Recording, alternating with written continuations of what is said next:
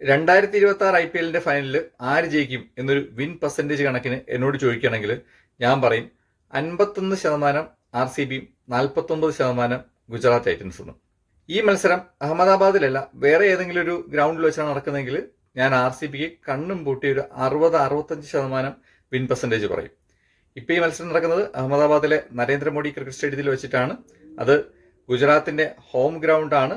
ഗുജറാത്തിന്റെ ബൗളേഴ്സിന് പരിചിതമായ അവർക്ക് ഫേവറബിൾ ആവുന്ന കണ്ടീഷൻസ് ഉള്ള ഒരു ഗ്രൗണ്ടാണ്. അപ്പോൾ ഈ മാച്ചിനെ പറ്റിയിട്ട് കൂടുതൽ പറയുവാണെങ്കിൽ രണ്ട് ശക്തരായ ടീമുകളാണ് ഫൈനലിൽ ഏറ്റുമുട്ടുന്നത്. രണ്ട് മികച്ച ബൗളിംഗ് യൂണിറ്റുള്ള ടീമുകളാണ് ഫൈനലിൽ ഏറ്റുമുട്ടുന്നത്. RCBയുടെ ബാറ്റിംഗ് ലൈനപ്പിലേക്ക് കഴിഞ്ഞ മത്സരങ്ങളിലൊക്കെ പരിക്കേറ്റ് കളിക്കാതിരുന്ന ഫിൽ സോൾട്ട് തിരിച്ചു വരാനുള്ള സാധ്യതയുണ്ട്. അദ്ദേഹം 100% ഫിറ്റ് എന്നാണ് പറയുന്നത്. ഒരു പക്ഷേ വിരാട് കോഹ്ലിയുടെ ഒപ്പം ഓപ്പണിങ്ങിന് ഫിൽ സോൾട്ടിനെ നമുക്ക് കാണാം.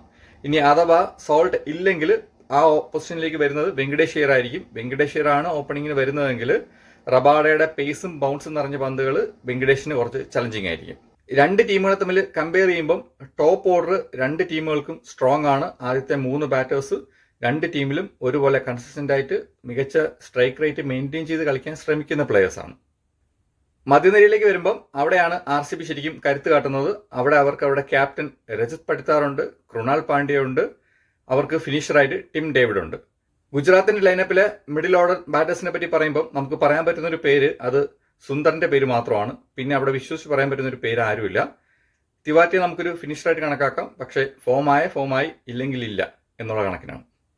രണ്ട് ടീമും ഒരുപോലെ ശക്തരെന്ന് നമ്മൾ പറയുമ്പോഴും മിഡിൽ ഓവർ ബാറ്റേഴ്സിന്റെ പെർഫോമൻസ് വെച്ച് നോക്കുകയാണെങ്കിൽ RCBക്കാണ് ഒരു പോയിന്റ് അല്ലെങ്കിൽ 2 പോയിന്റ് മേൽക്കൈ ഗുജറാത്തിന് മേലിലുള്ളതെന്ന് ഞാൻ പറയും. ഈ മത്സരത്തിൽ ഞാൻ കുറച്ചൊരു നേരിയ മുൻതൂക്കം നൽകുന്നതും RCBക്കാണ്. അത് അവരുടെ മിഡിൽ ഓവർ സ്ട്രെങ്ത് കണ്ടിട്ടാണ്.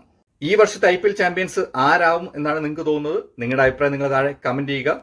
നമുക്ക് അടുത്തൊരു വീഡിയോ കാണുന്നവരെ ബൈ.